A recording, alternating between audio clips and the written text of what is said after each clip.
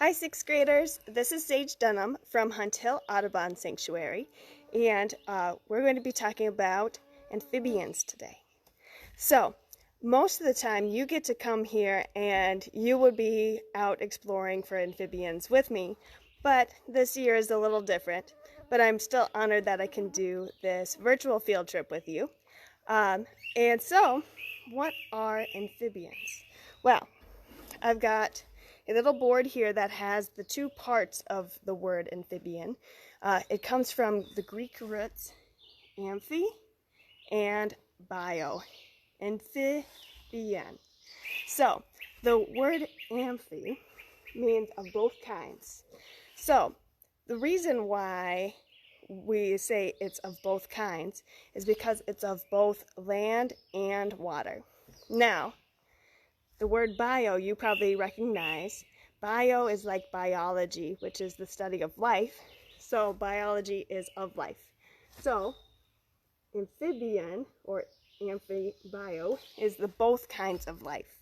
So let me show you what I mean. I've got this poster of the life cycle of frogs, and it shows the different parts of their life. So they start off as eggs in the water, they become tadpoles, and they grow legs, and eventually have lungs and can move out of the water.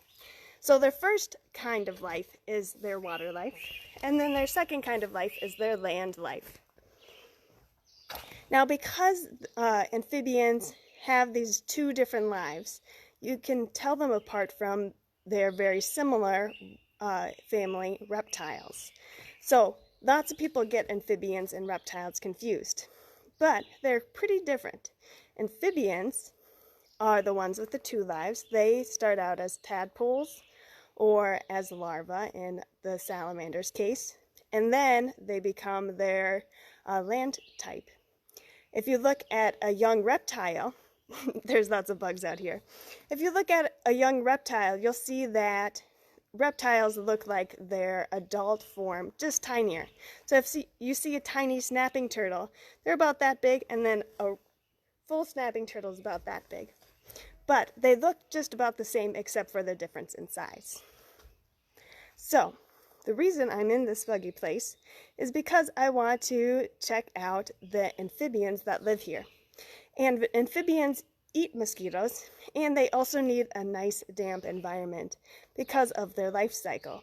They need a place where they can lay their eggs, where they can stay damp. Amphibians also have this really delicate skin.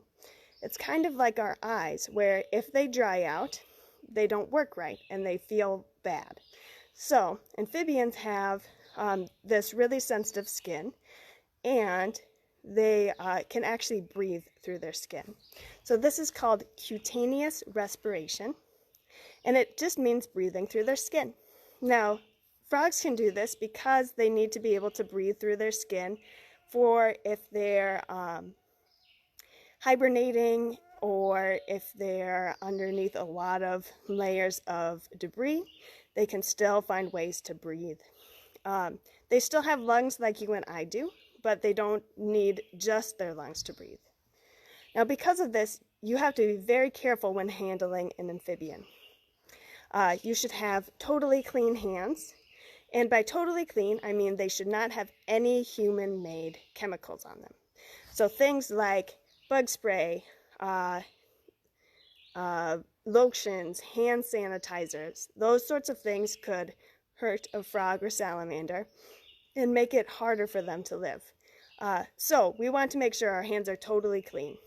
If you're not sure if they're totally clean, think to yourself, have I put anything on them since I last washed them? And would I feel okay touching my hand to my eye? If I wouldn't, then I probably shouldn't be touching an amphibian either. If you don't think your hands are clean enough, you can always use a jar. Jars are going to be much better and less likely to get all sorts of chemicals on the frog or salamander's skin. Make sure you poke some holes in there so that if they are in there, they have somewhere to breathe. And you can also squirt a little bit of water in there don't do too much. You don't want to suffocate the frog or salamander, but just enough to keep their skin damp. Okay, so we're ready to go out. I chose this spot, and I'm going to switch my view so you can see what I'm seeing. All right, I chose this spot because I noticed it was very buggy, so there's lots of things for them to eat. I'm also in a low area. So that means all of the water that comes from all around here is going to be slowly seeping down into this area. That's going to keep it nice and damp for the amphibians that live down here. So we're looking for some frogs and some salamanders. Now they're not going to be easy to spot because they want to be hidden from any predators.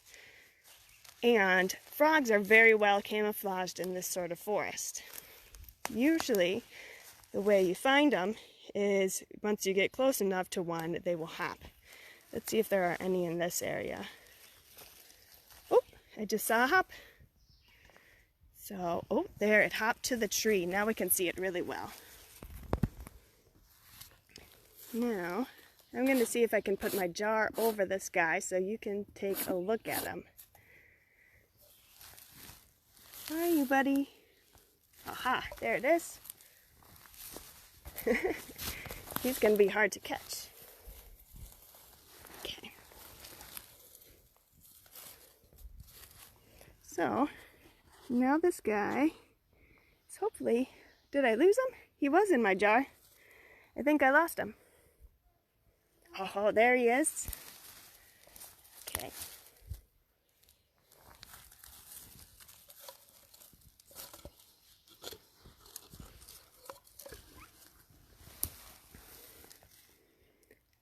I lost him again.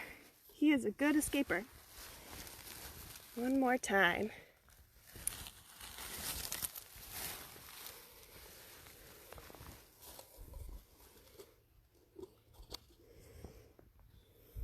Now I've got him.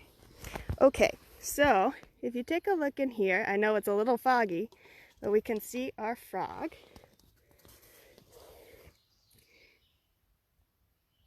He's a very good climber too. So this guy is a spring peeper, and spring peepers have an X on their back. Let me take out this leaf so you can see him better. So this guy has a little X on his back. Can you see it now? And they like to hang out in damp forests, and they'll climb trees, and they'll hop around in the leaves. And they're very well camouflaged in the leaves. Oh, there he goes. Let's see if we can find any salamanders around here.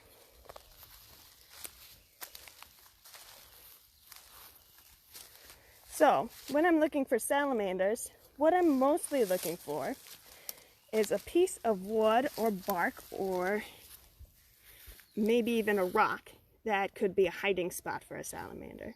Salamanders are pretty still most of the day, so you can just turn over logs and see if they're laying out underneath there. They're trying to avoid any predators and any sunlight that could dry them out.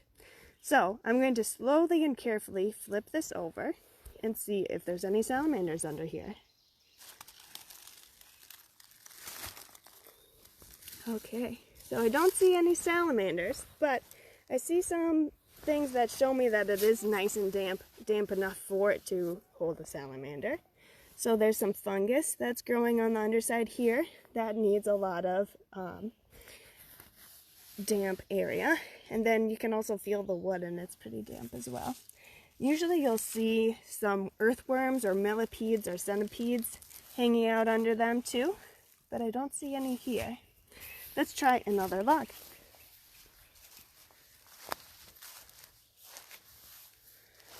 Okay, this one's a nice long one, so I'm going to have to look really carefully and really quickly to see if there's any salamanders under here. So I'm going to flip it over. Oh, and there's one right now. Look at its red back. It almost looks like an earthworm if you didn't see the head and the legs on it. I'm going to pick this guy up. and take a closer look at him. He's pretty calm. So this is a redback salamander, and he's the most common one I find out here. Sometimes we'll also find things like just ran away. We'll find things like the blue-spotted salamander as well. If you're very lucky, you might find a tiger salamander. Let's try one more log, and then we'll be done. There's a little slug for us, but no salamanders.